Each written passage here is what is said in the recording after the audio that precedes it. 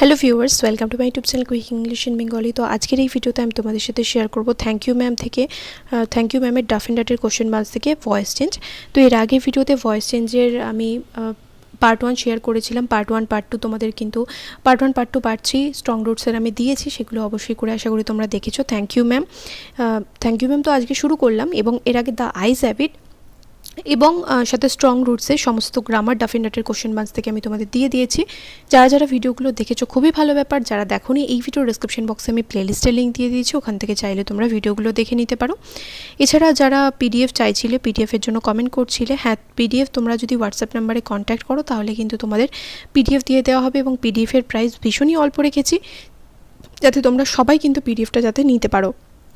আর একটা কথা বলি যে যারা পিডিএফ নিয়েছো তাদের অনেকেই তো নিয়েছো, তোমাদের যদি কোনো রকম কোনো ডাউট থাকে তাহলে সেটাও কিন্তু তোমরা হোয়াটসঅ্যাপে ক্লিয়ার করে নিতে পারো।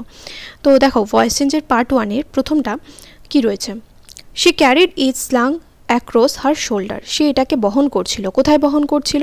তার কাঁধের চারিদিকে বহন করছিল। তো এখানে সাবজেক্ট কি কোনটা? শি হচ্ছে সাবজেক্ট, ক্যারিড হচ্ছে বহন করা, সিম্পল পাস্ট টেন্সে রয়েছে, ইটটা হচ্ছে এখানে অবজেক্ট। কোথায় বহন করছিল? স্লাং অ্যাক্রস হার শোল্ডার, এটা কিন্তু অবজেক্ট নয়। আমাকে কি করতে হবে? ভার্বকে প্রশ্ন করতে হবে। কি দিয়ে প্রশ্ন করতে হবে? কি বা কাকে দিয়ে প্রশ্ন করতে হবে? ভার্বকে প্রশ্ন করব আমি, এটা তো ভার্ব, এটাকে প্রশ্ন করব কি বা কাকে দিয়ে, যে উত্তরটা পাবো সেটা হচ্ছে অবজেক্ট। এখানে কাকে দিয়ে প্রশ্ন করলে তুমি উত্তর পাবে না, কারণ এখানে নেই উত্তরটা। কি দিয়ে প্রশ্ন করলে উত্তর পাবে? ইট। তাহলে কি লিখবে? অ্যান্সারটা কি হবে? ইট ওয়াজ ক্যারিড, কারণ এটা পাস্ট টেন্সে রয়েছে, সিম্পল পাস্ট। সিম্পল পাস্টের প্যাসিভে গেলে কি হবে? প্রথমে বসবে ইট, তারপরে কি হবে? ওয়াজ লিখলাম, তারপর মেইন ভার্বের পাস্ট পার্টিসিপল, তাহলে কি হবে? Carried.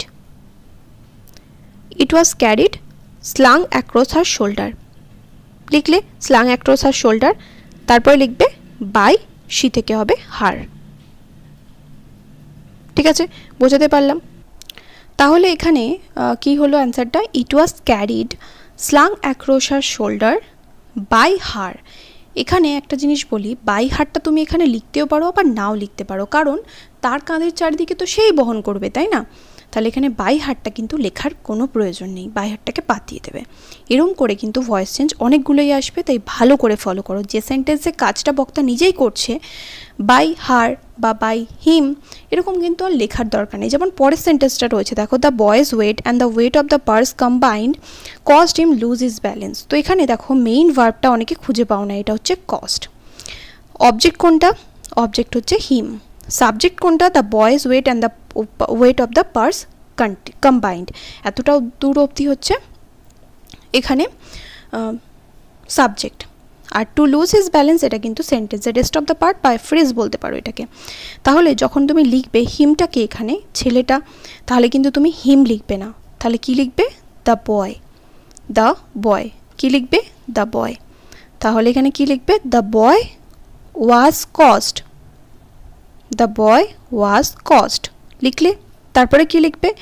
Two lose his balance, তার ভারসাম্য হারিয়ে গেছিল। বাই, তারপরে কি লিখবে? বাই। এবার দ্য বয়েজ কেন লিখবে? তার ওয়েটের দ্বারা, তাহলে এখানে হিজ ওয়েট লিখবো। দ্য বয় তো লিখবো না, কারণ প্রথমে দ্য বয় আমি লিখে দিয়েছি। By his weight and the weight of the purse combined, বোঝাতে পারলাম?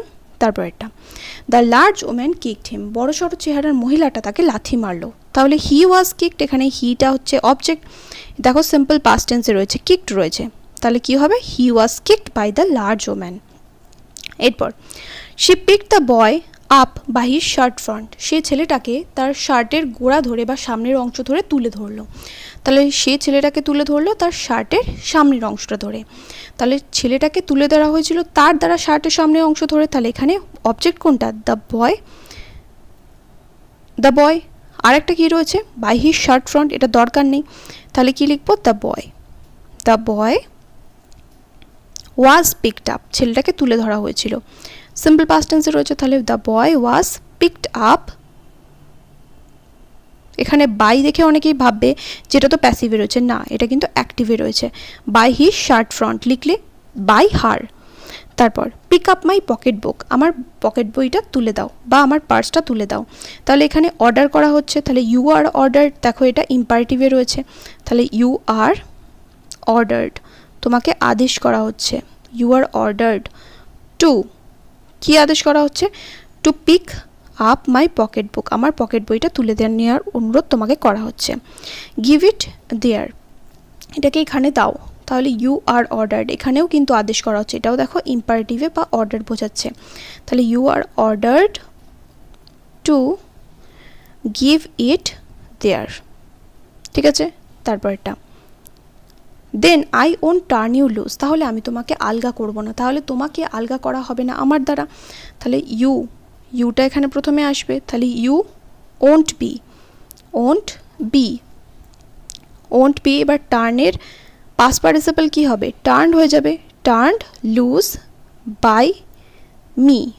এবার এই দেনটাকে কোথায় বসবে, দেনটা যেমন সামনে ছিল চুপচাপ সামনে লিখে রেখে দেখো কোনো জায়গা চেঞ্জ করার দরকার নেই, then you won't be turned loose by me, বোঝাতে পারলাম। এরপরে পরেরটা দেখো, পরেরটা কি রয়েছে, she did not release him, সে তাকে ছাড়লো না, দেখো সিম্পল পাস্ট টেন্সে রয়েছে এবং সাথে এখানে নট রয়েছে, তাই তো, নট রয়েছে। ডিড নট রিলিজ হিম, রিলিজটা হচ্ছে এখানে মেইন ভার্ব, তাহলে he was not released, he was not রিলিজের পাস্ট পার্টিসিপল কি হয়, রিলিজড হয়, ইডি যোগ হবে না, ই তো রয়েছেই, তার সাথে শুধু ডিটা যোগ হবে, তাহলে he was not released by him, তাহলে কি লিখবো, বাই হিম, না সরি হিম না কেন হবে, এখানে হার হবে, তো he was not released by her, কারণ সি রয়েছে। তারপর এটা I would teach you right from wrong, আমি তোমাকে ভুল থেকে ঠিকটা শেখাবো, তাহলে ভুল থেকে ঠিকটা তোমাকে শেখানো হবে। ইউ দেখো এখানে মোডালসের ব্যবহার হয়েছে, তাহলে ইউ উড বি, টিচ থেকে কি হবে, টট, তারপরে কি লিখবে, রাইট ফ্রম রং, এটা লিখে দিলে, তারপরে কি লিখবে, বাই মি। তারপর এটা ওয়াজ আই বদারিং ইউ, আমি কি তোমার সমস্যায় ফেলেছিলাম বা ঝামেলা করছিলাম, দেখো এখানে ব্যবহার করা হয়েছে পাস্ট কন্টিনিউয়াস টেন্সের, ওয়াজ আই বদারিং ইউ, এবং এখানে সাবজেক্টে কে রয়েছে, আই, ইউটা হচ্ছে এখানে অবজেক্ট, তাই তো, সাবজেক্ট অবজেক্ট রয়েছে, কোনো ঝামেলাই নেই, তাহলে পাস্ট কন্টিনিউয়াস টেন্সে প্যাসিভ ভয়েস আমরা এখানে করব, তাহলে ইউ তো প্রথমে বসবেই, কিন্তু যেহেতু এটা ইন্টারোগেটিভ সেন্টেন্স তার জন্য কি হবে, এখানে প্রথমে ইউ এর সাথে কি বসে, ওয়াজ তো বসে না, কি বসে, ইউ এর সাথে ওয়্যার, তাহলে ওয়্যার ইউ, কি লিখবো, ওয়্যার ইউ। এরপর কি আসবে, একটা বিইং আসবে, বি এর সাথে আইএনজি যোগ হবে, কারণ ওয়াজ বা ওয়্যার অক্সিলারি ভার্ব ছিল, তাহলে বিইং লিখলাম, বিইং, বদারের পাস্ট পার্টিসিপল কি, বদার্ড হবে, ইডি যোগ হবে, তাই তো, বদার্ড